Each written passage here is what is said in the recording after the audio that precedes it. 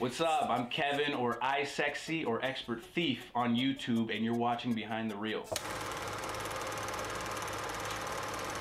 Happy Friday to you, and welcome back to Behind the Reel, the show that takes a real look behind the personality shaping online video. I'm your host, Andy Smith, and today marks the last of the playlist live interviews with Kevin, iSekC, or XpertThief. It doesn't matter what you call him, he's the same great video maker behind all the videos that have amassed over 330 million video views and over 1 million subscribers combined across the 3 channels that he posts to regularly. I had a chance to sit down with him at Playlist Live, where he shared his top tips as well as some insight into the comedy and gaming videos that have helped him make his mark. So without further ado, here are his top tips. I hope you enjoy the interview. My top tip would probably have to be there's two. It's a two-way part answer right here. It's creativity and consistency, because you can be really creative, but if you're only putting out like one video every month or something, then no one's gonna, really want to stick to that. But if you're creative and consistent, like maybe every week or something, you're making something awesome, you have a better chance to be able to subscribe. Which is more important?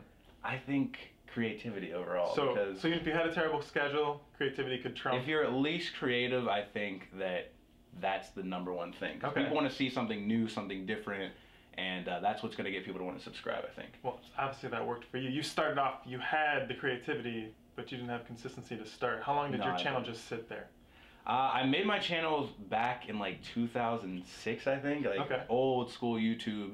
And when I was in high school, I would just upload videos randomly. I didn't have a schedule at all, and I just kind of like as a hobby. And then once it became more of a real thing for me, that's when I built up the consistency.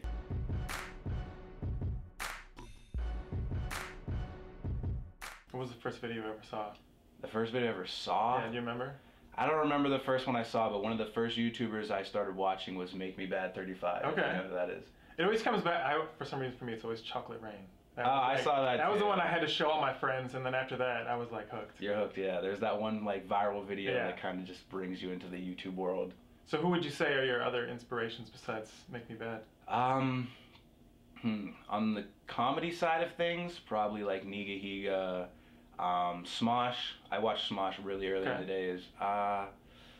Then gaming-wise, people like T Martin, he's one of my good friends. Syndicate, he's really cool.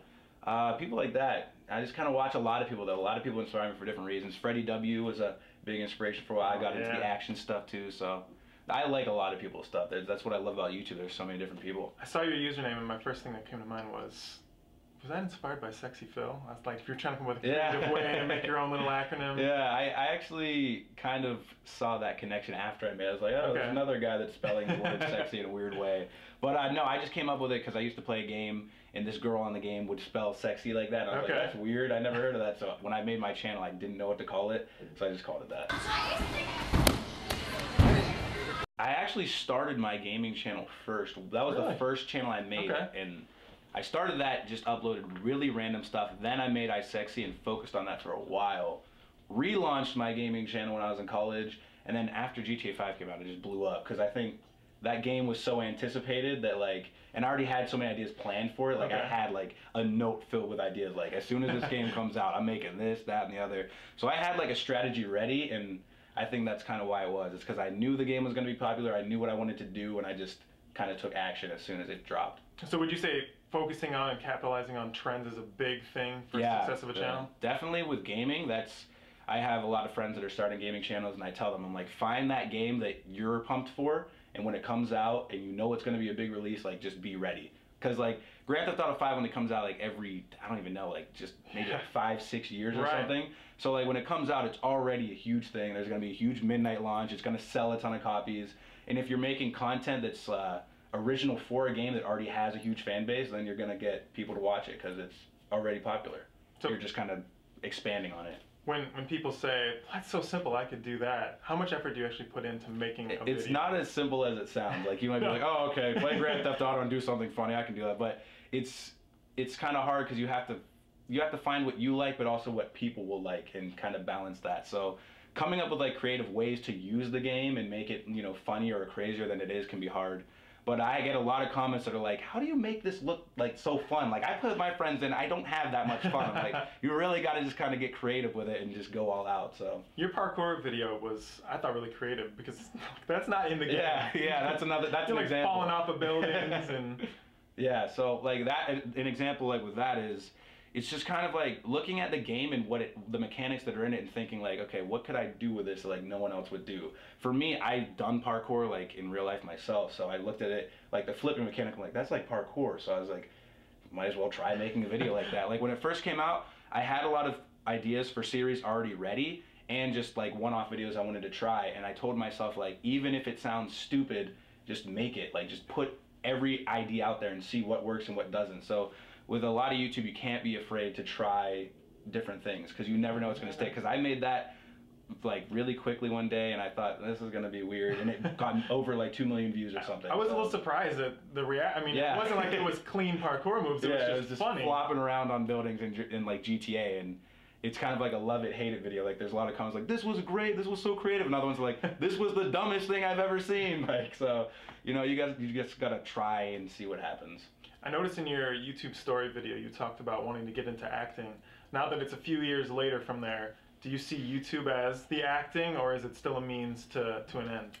I feel like they're so different. Like, I don't want to be one of those YouTubers that's like, oh, I only want to do this just so I can get an acting deal. Because I like YouTube on its own, like as its own thing. I love playing games, I love making comedy videos, but I would still love to do acting, like traditional media, like movies, stuff like that. I think it'd be cool. I got to meet Kevin Hart not too long ago because of my YouTube stuff. Okay. And meeting him, it was just like, reminded me like, this is really like, you know, one of the things I really want to do. Like, I'd love to be in a movie. I'd love to actually, you know, be handed a script, because with my channel I have to make everything, and I'm not the best writer. I'm not the best producer, you know, director stuff. I don't know a lot about cinematography, so it's that stuff is hard for me.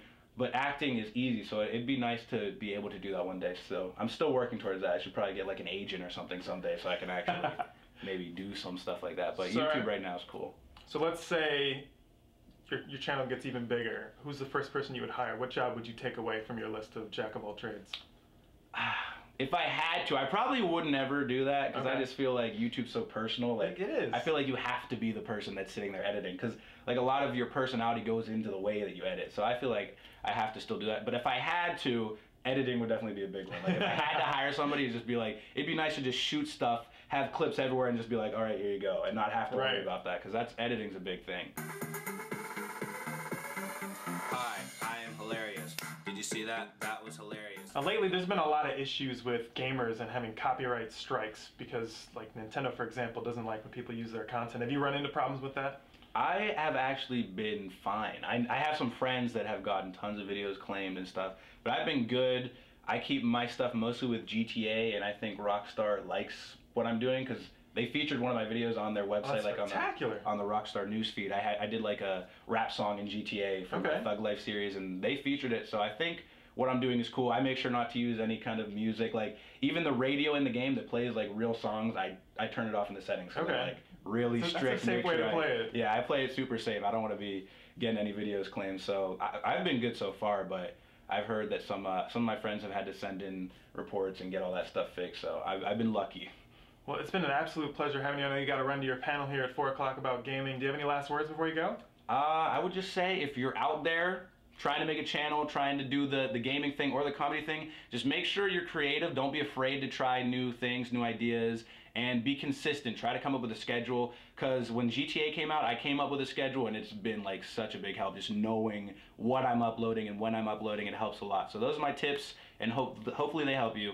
And if you have a channel, tweet me and I will check it out. Well, that's it for this interview and for the Playlist Live series. I hope you really enjoyed it. They were actually my first 3 in-person interviews, so these will always be special interviews to me. And speaking of special interviews, in 2 weeks we've got Jonathan Paula from Jogwheel, the creator of the Microwave Show. That should be a really fun treat for you guys, so make sure to tune back in right here in 2 weeks. But in the meantime, don't forget to comment below, give this video a thumbs up, share it around, have a great weekend, and I'll see you next time on Behind the Reel.